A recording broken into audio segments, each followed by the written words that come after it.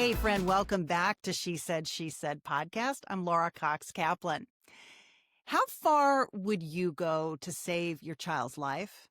Would you teach yourself an entirely new field? Would you convince the world's top scientists to join your cause? Would you turn your family's crisis into a movement? Today's guest is the incredibly inspiring Nina Frost, who has done all of that and much more. When her sweet daughter Annabel was first diagnosed with a rare neurological disorder, Nina didn't just accept that prognosis. She actually built an incredible organization. She rallied Harvard research scientists, and she co-authored research that's changing what's possible for thousands of rare diseases. This conversation today is about Nina's story, but it's also about how she discovered her purpose, how she stays grounded, how she finds gratitude in those really small moments, and how she leads with purpose when there's no roadmap and when the road ahead is very uncertain. If this episode moves you, friend, please follow, rate, and share it. And also be sure to check out Nina's wonderful organization, Rare Hope. I've included a link in the show notes where you can find her. For now, though, here is my conversation with the incredibly inspiring Nina Frost. Enjoy. Nina, welcome to She Said, She Said. Thank you so much for having me. It's an honor. Well, I'm really happy to have you. Your story is such an inspiration. And I'd love for you to start with that. Tell our audience a little bit about yourself. So my role in this world, I find is to create a new way to think about treating rare neurological conditions collectively. And this has been a mission that's evolved and a kind of job description that I've created for myself over the years. And it's it's really kind of exciting to be in a place where I have found a mission and a way to execute on that mission, and I can kind of see the impact that our work is doing in real time. Yeah. You know, How did you get started with this? Tell me about your daughter, because this really kind of propelled you into this work in a way that you had never anticipated, that most people would never anticipate. So take us back to what actually happened and how you got started in this. so I think every parent has that same experience when they hold their child for the first time. And they look at their baby and they think about what the future has in store for them as a family, for this child who is just starting a life. And you imagine what that life is going to look like. And we had that moment. But we also, at that moment, Annabelle was having a neurological episode. And we weren't aware enough to recognize that it was happening. But even within the first moments of her life, she was already having very severe neurological symptoms. Mm. And so, of course, that changes everything. The first 3, 4, 5 months of her life were ambulance trips, troubling symptoms. We thought they were seizures. We thought they might be a brain tumor. We could see over time, we recognized that there was something that was very clearly wrong, but we didn't know what it was. And it was terribly scary. And when a baby is so small and so vulnerable, I mean, the number of times that we had to call an ambulance and, be whisked away to the hospital and admitted. And, we spent many hard hours kind of grappling with an uncertain future, and very little idea of what to do next. And so we lived in this kind of limbo for 2 years.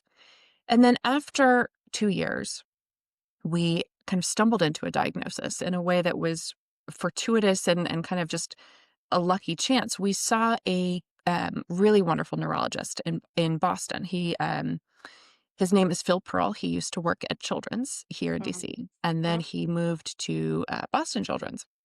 And we happened to have an appointment with him, and he happened to have been at a conference for this very rare condition called alternating hemiplegia of childhood, and he happened to have been there the previous week. And so as we described Annabelle's symptoms, he thought, this sounds strikingly familiar.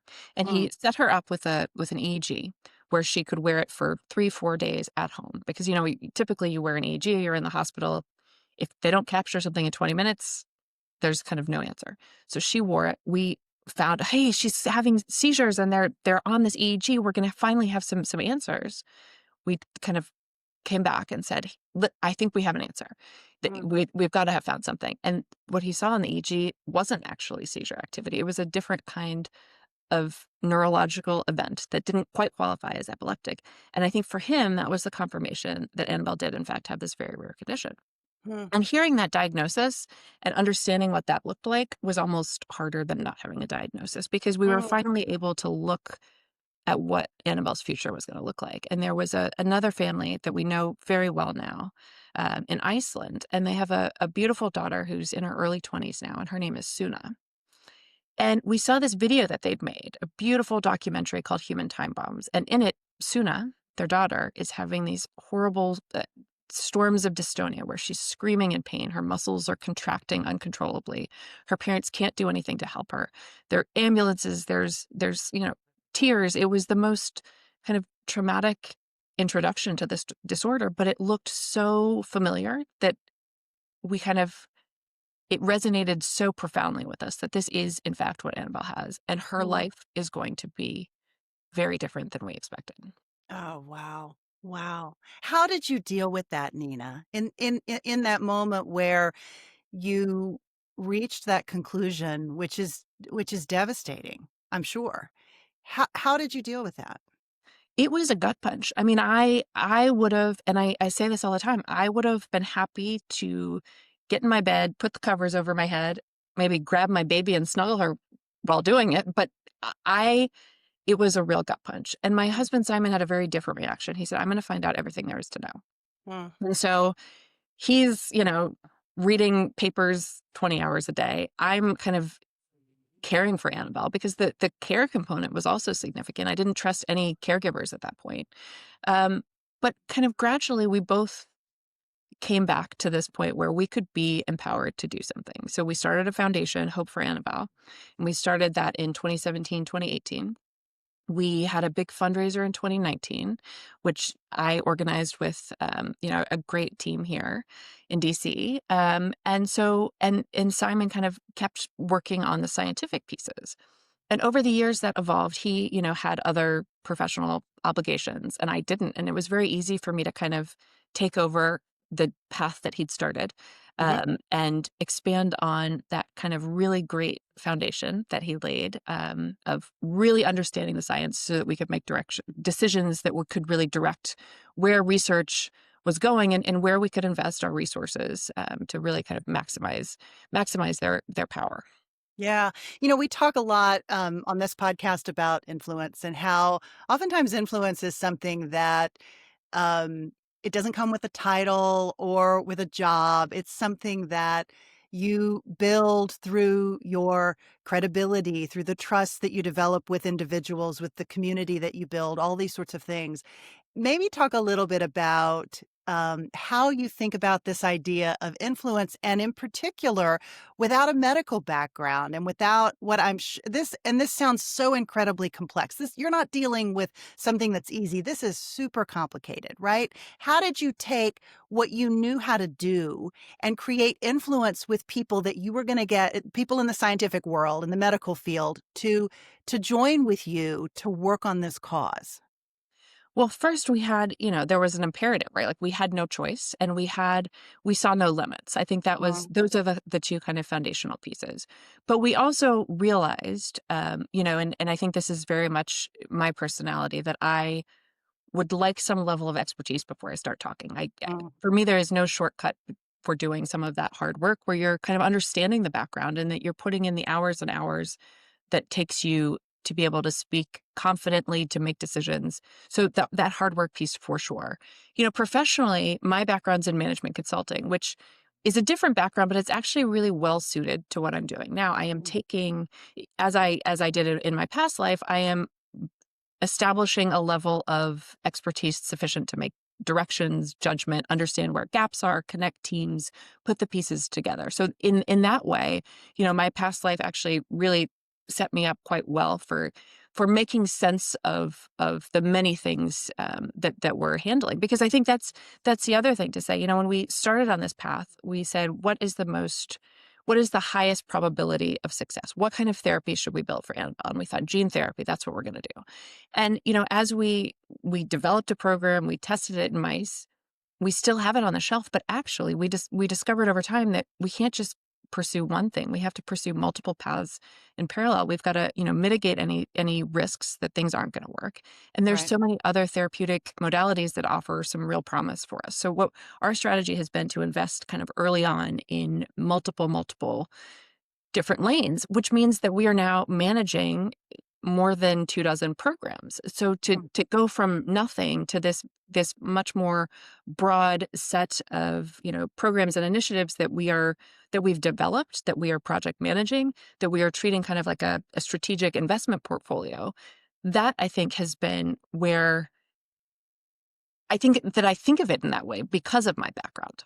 But I will Right. say that my education is not at all suited for this. So this is kind of one of my fun party tricks that I tell people at cocktail parties when they ask, how my background suits me to this, because my educational background is completely like off topic. So my husband and I met at Cambridge University in the UK, and we were grad students, and his degree was in economics, and mine I can say this without undue modesty, but I was at one time one of the world's foremost experts in masculinity in 17th century Bermuda.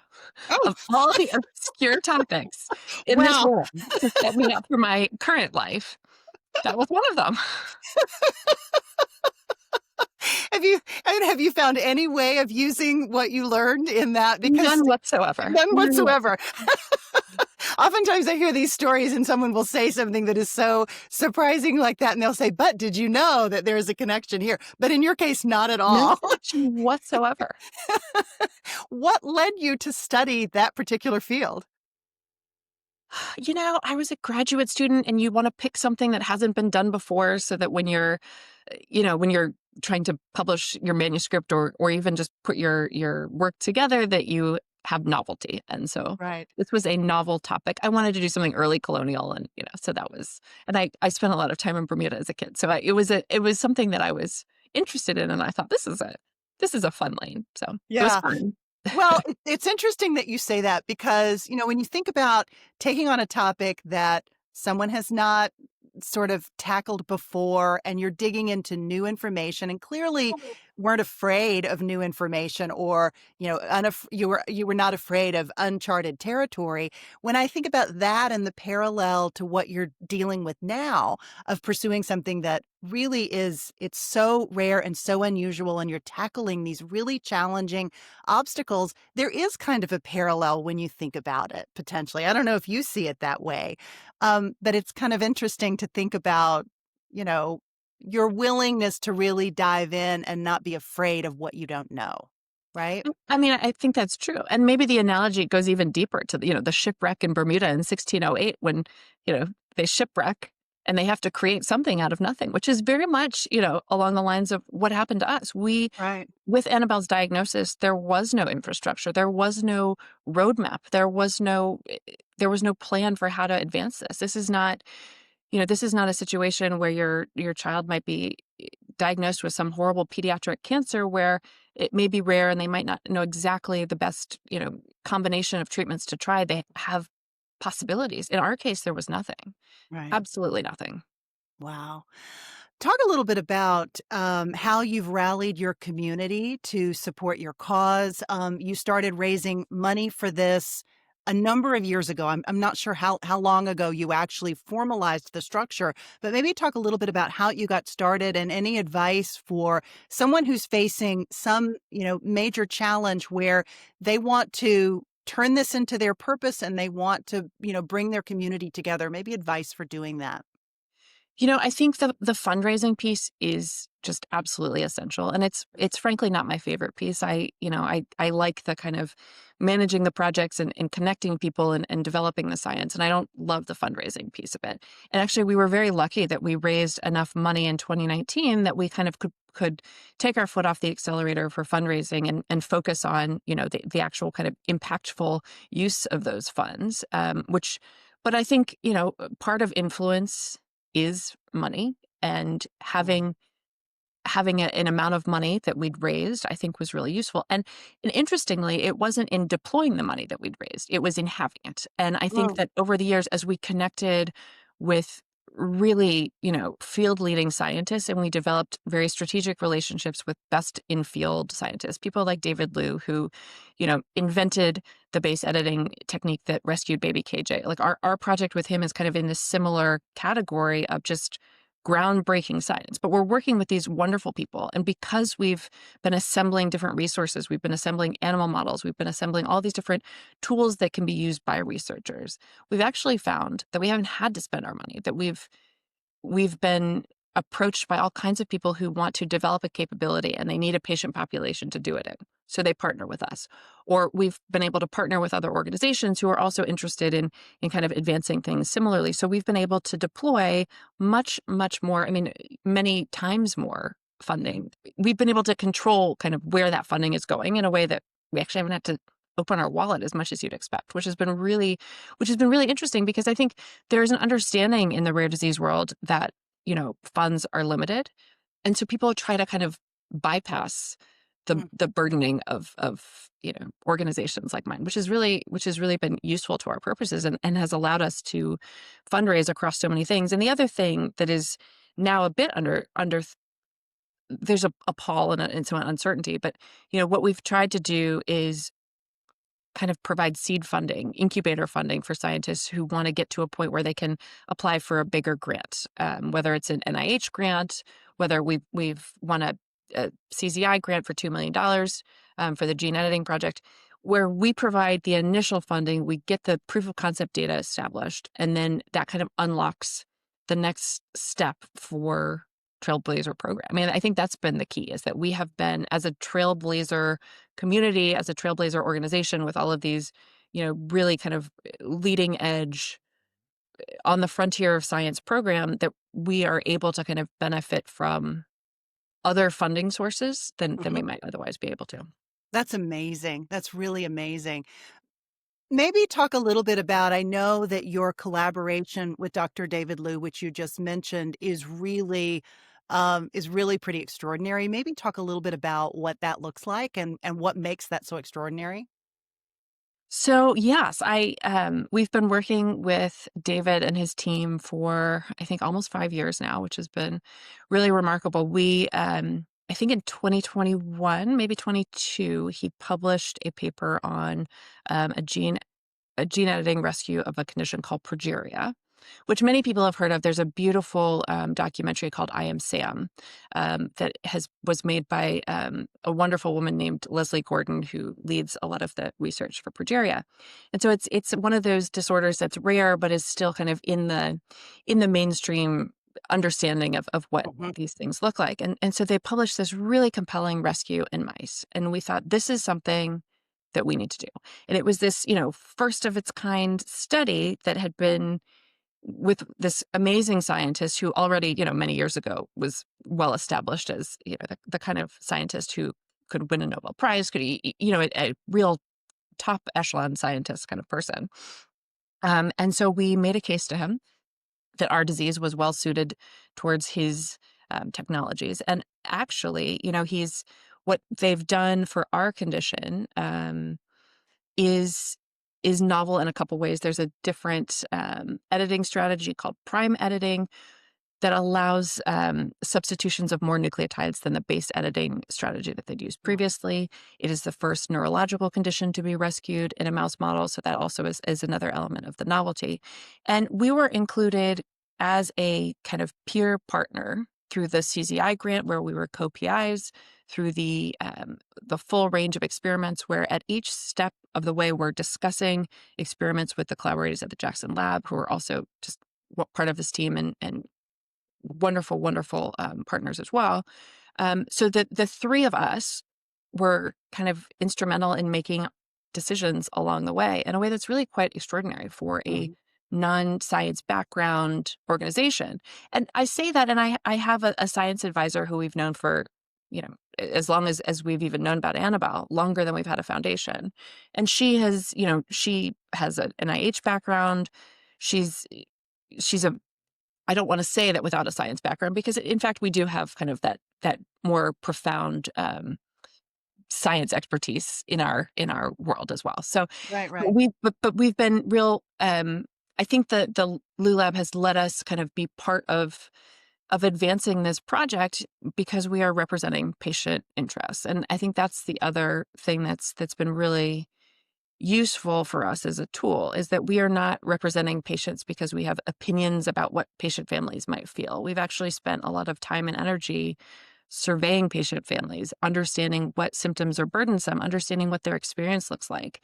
And that allows us to represent this bigger group with some authority, right? This is not my opinion. This is data that is analyzed. And now I am using that analysis to represent this population really carefully. Yeah. This is what's been referred to as a patients as partners approach, right? Am I getting that right?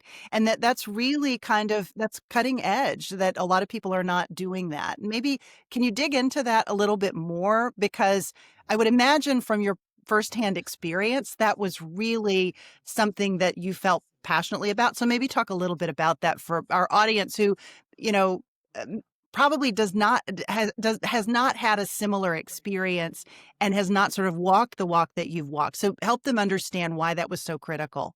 Well, so science is a series of decisions. There is no kind of ideal path without making a number of different decisions along the way. And each of those decisions can have a real impact down the road, whether you're focused too heavily on mechanistic science that's interesting rather than, impactful for patients, for instance. There's a whole spectrum of decisions about how to allocate funds, how to either do an extra experiment to really confirm something, or how to move forward without like perfect perfect experimental conditions. And there are balances and, compromises and decisions that are made constantly every week. And by being part of the discussion of those decisions, I think we found that we could be really helpful. We could say, this is what's important to patients. These symptoms, patients are in our world are disabled, but then they occasionally have these kind of storms of symptoms where they are overcome with either dystonia, where their muscles cramp, or seizures, or um, hemiplegia, where they can't move and they're completely paralyzed. And those symptoms of their 10 different symptom types are the ones that are most important to patients. So how can we evaluate when we look at our mouse models? The mice have this similar range of symptoms. They have a problem walking, but they also have these paroxysmal symptoms, is what they're called, when they have these storms of fleeting symptoms that are very severe.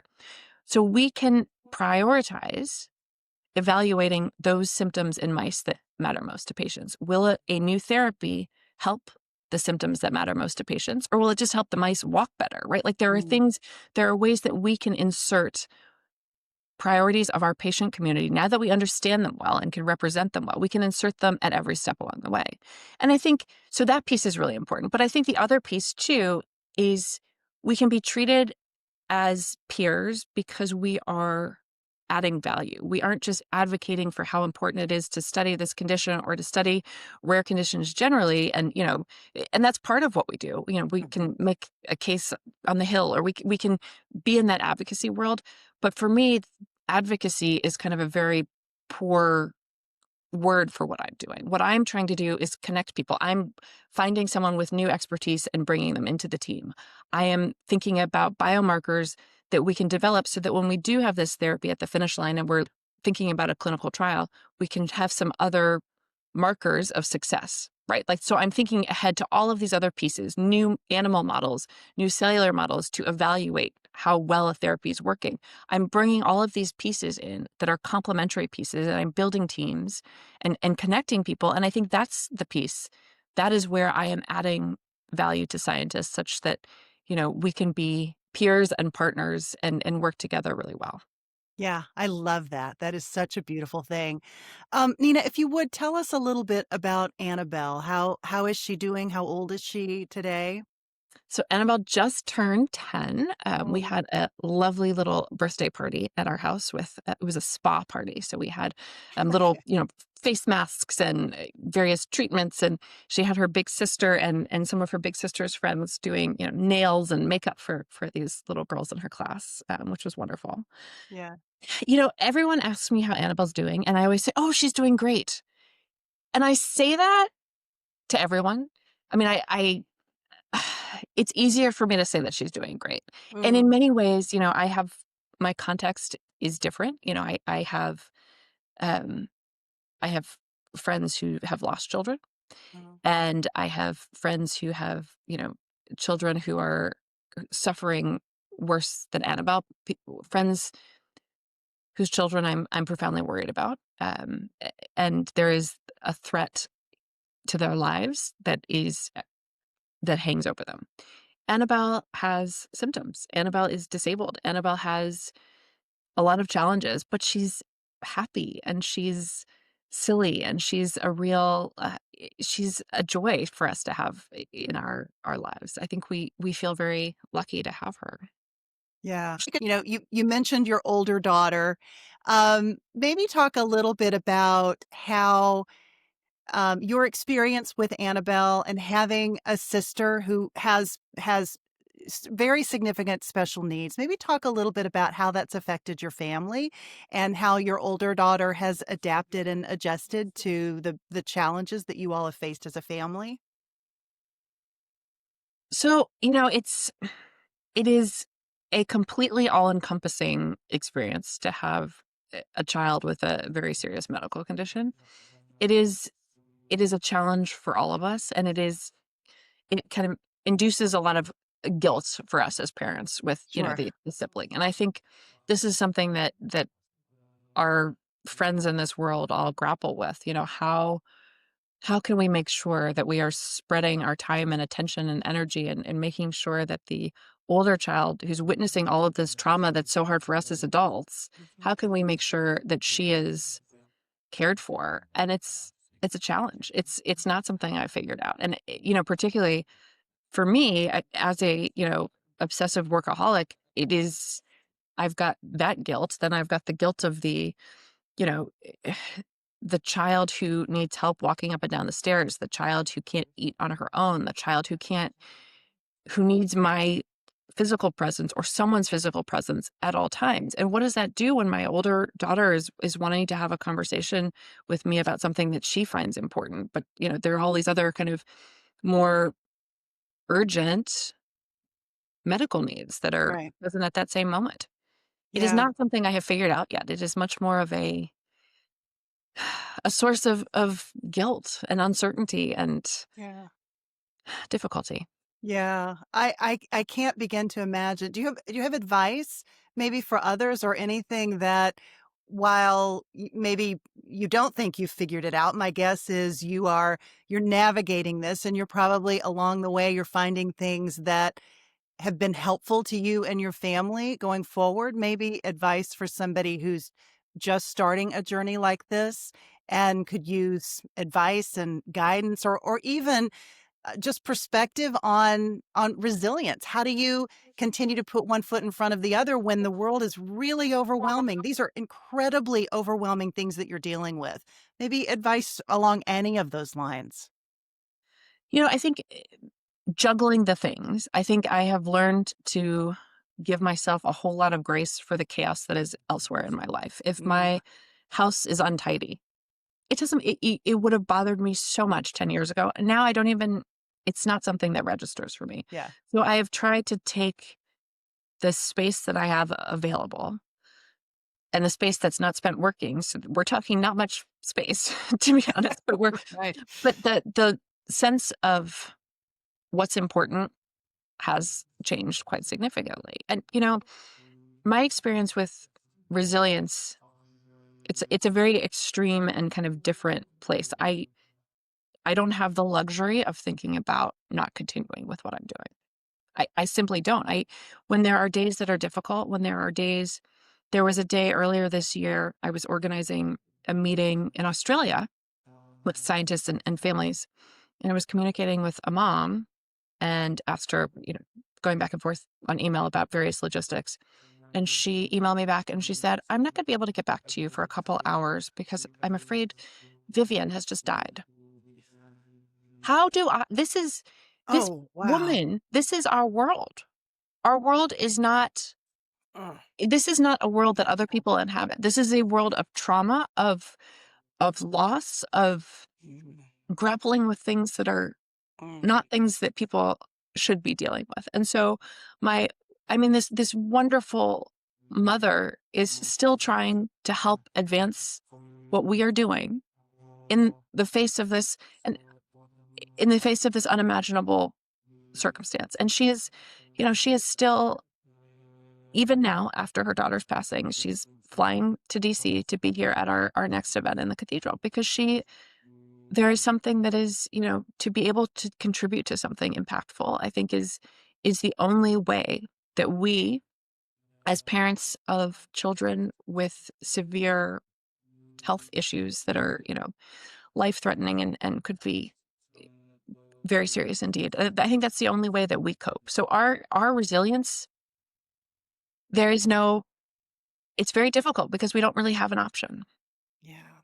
And Oh, it's one of those things where I am obsessive about working and about, if I'm not thinking of the next thing to expand into, if I'm not thinking about the next gap to fill, if I'm not thinking of the next partner to enlist in what we're doing, there isn't anyone else doing it. I've got this wonderful team of people who work with me. So but that's kind of my role, is we're all doing really important things and we're all doing our very best, but there's a, we can't stop, I think. And that's the difficulty. yeah. For anyone listening to this conversation, Nina, what do you want them to take away from the conversation? What do you want them to know about your work, or maybe, advice that would think that people would benefit from, someone who's dealing with something that is truly unimaginable? What do you want our audience to take away from this today? So a couple things. First, I think people should care about what I'm doing. I think that rare disease isn't rare. I think that's something that we've, kind of labeled ourselves into a corner. We're talking about 30 million people in the US. We're talking about really serious statistics where 30% of children diagnosed with a rare disease won't live to see their fifth birthday. We're Mm. talking about a situation where 6 or 7 children with a rare disease will die for every child that dies of pediatric cancer. This is a really, really big problem. And we call it rare disease, and there are often individual genes that are mutated that cause these diseases.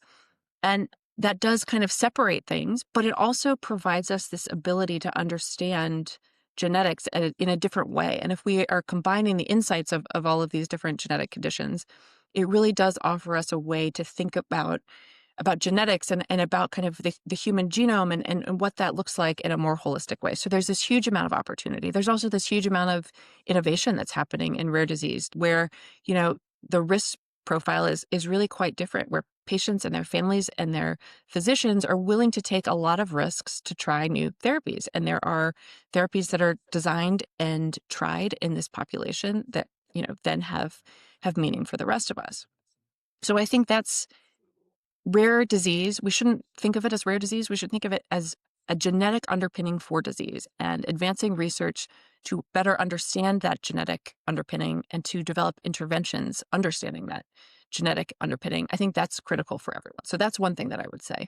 But I would also say that I am profoundly grateful to be where I am. I am profoundly grateful to have this second world. And it's so profound that I often feel something of an imposter when I'm kind of going through my expected life, where I have children in schools, and they go to the same school that I went to as a child, and the community that I live in Washington, D.C. is this wonderful, sophisticated, this community well, right? Like, this is a wonderful world, but I don't necessarily feel comfortable here because I also have this other world, and it is my rare disease family of patients and their family members who are experiencing the same trauma and the same joy, and who have this very different life that I would never in any other I would never have imagined that I'd be part of, but I am part of it, and it is rich and it's beautiful, and I'm grateful to be a part of it. That's amazing. That's really amazing. How can people find you if they would like to learn more about your work or maybe get involved? I know you have your big event that's coming up in just a few short weeks. Maybe tell people where they can find you. Sure. So our website is rare-hope.org. we're actually having some challenges getting it visible on the internet because Selena Gomez's company. This is kind of odd, but No she kidding. has a company called Rare Beauty, and so when you type in Rare Hope in Google, all of their advertising like dwarfs us. So it's actually so I will repeat the website because of this. Otherwise, we might be quite difficult to find. Rare-hope.org is the website, Okay. and we are I'm on LinkedIn. I'm on Instagram as Rare Hope. Well, there's a zero. That one's kind of difficult to say off the top of my head because one of my O's is a zero, and I'm not sure which one. But I so will. I'll track that down, and we'll include that in the show notes so that folks can have that. Nina, thank you so much. I am so grateful, and I so appreciate the work that you're doing, and appreciate you spending the time with us today. And we wish you and your family and sweet Annabelle all the best. well, thank you so much. I appreciate it, and I enjoyed talking to you.